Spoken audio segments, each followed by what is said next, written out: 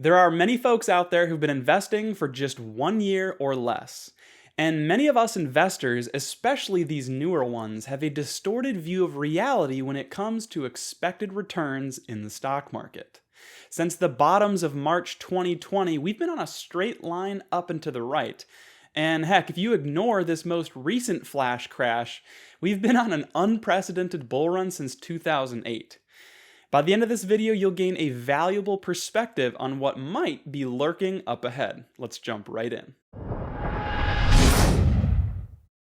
To start off, we're going to quickly look at the three most recent bear markets. And for those of you who may not know, a bear market is defined as the stock market dropping by 20% from a previous all-time high. Here we have the third most recent crash. This one happened in 2000 and is also known as the dot-com bubble. This particular crash took 25 months to go from peak to trough. In other words, you had to wait over 2 years just to get to the bottom. For context, it's only been 18 months since the start of the 2020 crash that we experienced in February into March. Imagine having 7 more months to go from now before we even reach the bottom of the crash. It kind of puts things into perspective, and it is nasty. Overall, it took 74 months for the market to return to its previous all-time high, and if we're to account for inflation, it took a total of 81 months before it reached its inflation-adjusted all-time high. Next up here, we have the 2007 to 2008 market crash associated with the housing market crash. This one took only 16 months from peak to trough, unlike the 25 that we saw in 2000. It took a total of 53 months to return to its previous all-time high, and accounting for inflation, a total of 65 months. And finally, we have the 2020 crash that I think we're all very familiar with. This one took an unprecedented 33 days to go from peak to bottom. Absolutely incredible.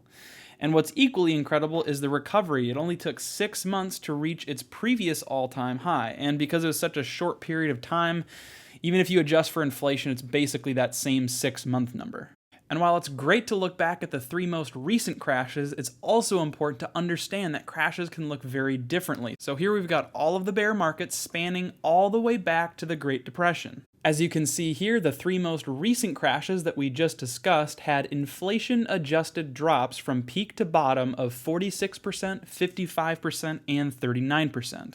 In the 3 other columns, we have the years from peak to bottom in inflation-adjusted terms, the years to full recovery inflation-adjusted, and the nominal recovery on the far right. Now take a moment to look at some of these other crashes. Some of them have larger or smaller drops, and others have longer or shorter times to reach the bottom and then initiate that full recovery. Take a moment to pause the video, look at these numbers, and let them sink in. Finally, we've got some aggregated data. There were 11 total bear markets used in this analysis, and the average or mean drop from peak to bottom was negative 42.2%, and the median drop was 39%. The average years peak to bottom was 1 3/4 years, and the median was very similar at 1.7.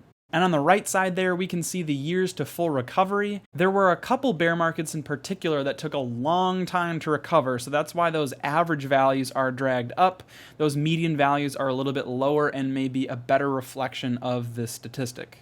So let's put all of this together. What can we actually learn from this information? Well, bear markets happen, and they happen pretty regularly. We can usually expect one to happen every 8 years. And when it does happen, we should plan to lose approximately 40% of the stock market's value.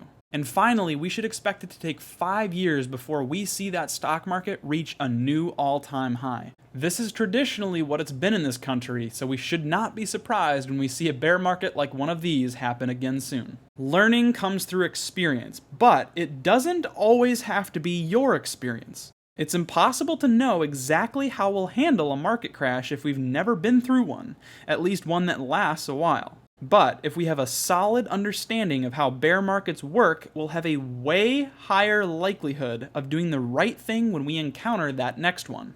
I want to finish the analysis with one final note of nuance. For those who are consistently investing throughout a crash, you'll reach a new all-time high in your account sooner than the market makes a full recovery. This is simply because of the gains that you'll make on the money invested while the market is down.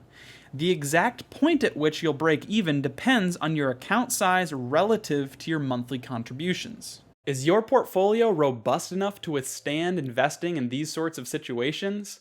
And even more importantly, do you have the emotional fortitude to invest during times like these? These are questions you're going to want to ask yourself, and to be honest, investing over the last 12 years has not been a good stress test of these investing characteristics. I don't want to say that March of 2020 was nothing, but this situation was unprecedentedly short-lived. I think that it's a fantastic idea to prepare yourself mentally for the reality that a bear market is coming. I'm not going to lie to you, I have no idea when it's coming. It could be a month from now, 6 months, a year, several years, I have no idea. And don't listen to people who claim they know when it's coming, because guess what? That person has likely predicted 20 market crashes that didn't happen. The reality is no one knows. What we should do instead is study previous bear markets so we can be ready for what the next one might look like. We need to understand what history shows us as far as what the ride looks like on the way down and what the ride looks like on the way up, and how long it takes for these sorts of things to play out. If you avoid doing this, you might be one of those people who claim the stock market is rigged, or worse, you may sell out and give up altogether. If you've made it this far in the video, thank you so much for watching. I hope it provided you a ton of value, and be on the lookout for next week's video. It is going to be an important part 2.